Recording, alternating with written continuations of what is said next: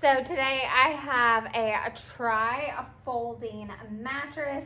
This is gonna be great for when you have guests come over, but you don't quite have a guest room or a place to keep a permanent bed, or maybe a little slumber party, make a little fort with it. There's quite a few options that you can use this for, but let's go ahead and get it unboxed.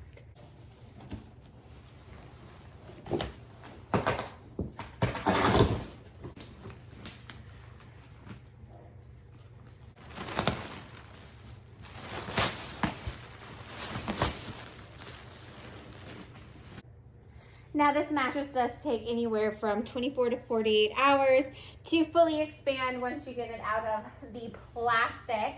This is the full size.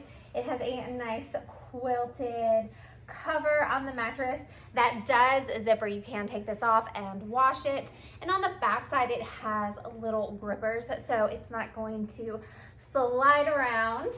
And as you can see, there is that tri-fold under a bed, but it really compacts itself down until it is needed.